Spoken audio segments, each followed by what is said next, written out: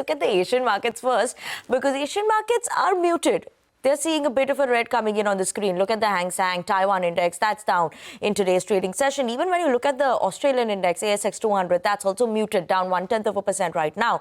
We have Shanghai, that's trading with cuts of almost 0.5%. Nikkei trading with cuts of more than 1%. Now, obviously, there are some US-China trade talks that are going on. There's some tension that's coming in on that front.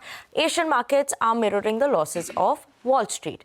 But Indian markets, that's a different story, right? Nifty implied open, let's pull that up. Look at the gap up stuff that we're keeping an eye on.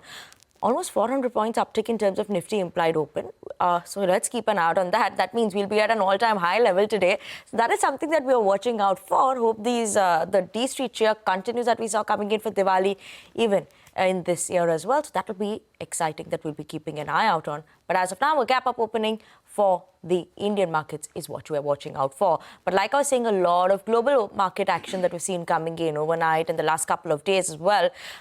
We have a team of research joining us to set us up for trade, important stocks to watch out for, as well as what is going to be happening in the world of F&O. We'll take you all through all of that with our team of research. First up, let's go across to Vivek, who's here to tell us the important market cues that we're watching out for today. Good morning, Vivek.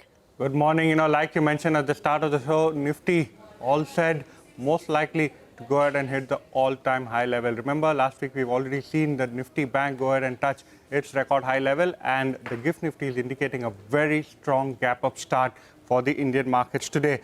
Remember, we are coming after almost a 2-day break.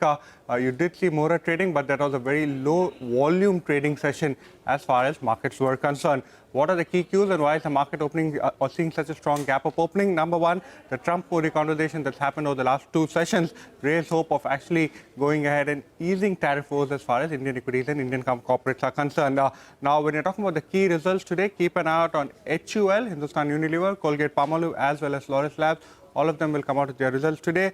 The commodities here, remember, we've been talking about gold and silver being at record high. Gold almost 8-9% off recent highs. So both the commodities as well as commodity-linked stocks or gold financing companies could come under a bit of pressure today. Oil prices, however, on the other hand, ended almost 3% higher on Wednesday. USA has gone ahead and imposed further sanctions on key Russian oil companies. Now, US markets, a bit of mixed cues, ended lower on Wednesday, but you actually saw quite a bit of positive momentum prior to that. And like you mentioned, Asian markets indicating a soft start, but the GIFT Nifty indicating a very strong gap-up start for our markets. Okay, thank you so much for that, Vivek. But time to go across to Upasna, who's here to tell us which are the important stocks that we should be keeping on our radar. Good morning, Upasna.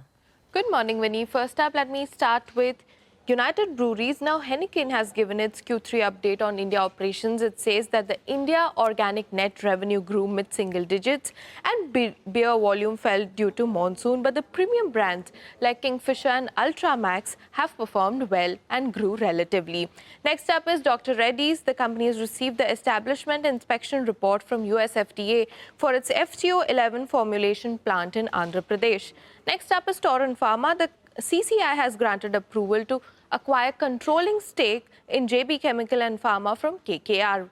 NMDC also in focus as there is a revision in iron ore pricing effective from 22nd October 2025.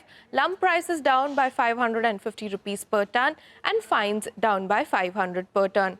PNB Bank also in focus as it has divested its stake in Canara HSBC Life Insurance Company from 23% to 13% through an OFS in initial public offer.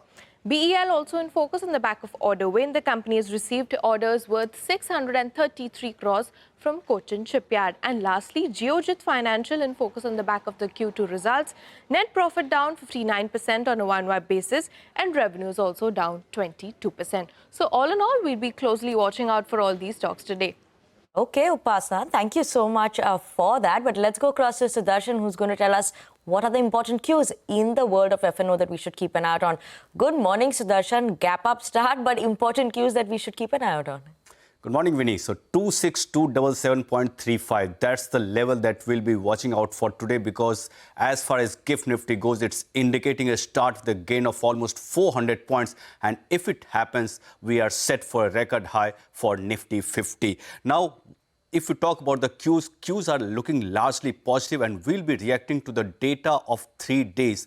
Remember, on Monday, we had done the trading session. After that, we had Mahurat trading day. Just the trading session was for 1 hour. So all the data that I'll be talking about today, it will be from Monday. So firstly, all the major indices on Monday also had seen a big gain led by all the auto names. Even banking stocks had seen largely positive trading session. And today the focus would be on Nifty, and Nifty Bank continues to hit the record high.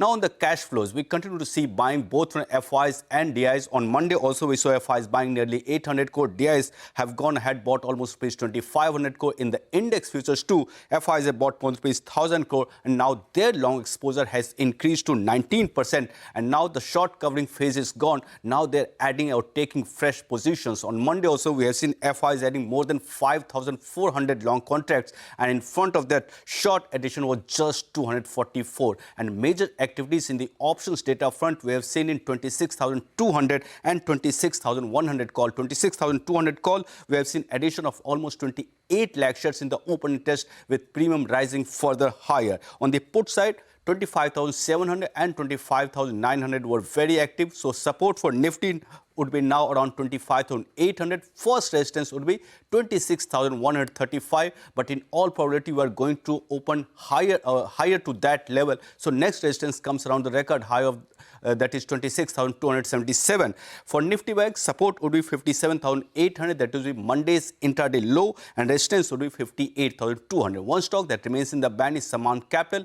Apart from this, I'll keep an eye on 2 stocks. Indus Towers is seeing fresh longs, and one stock that is seeing fresh shorts is Dixon Technologies.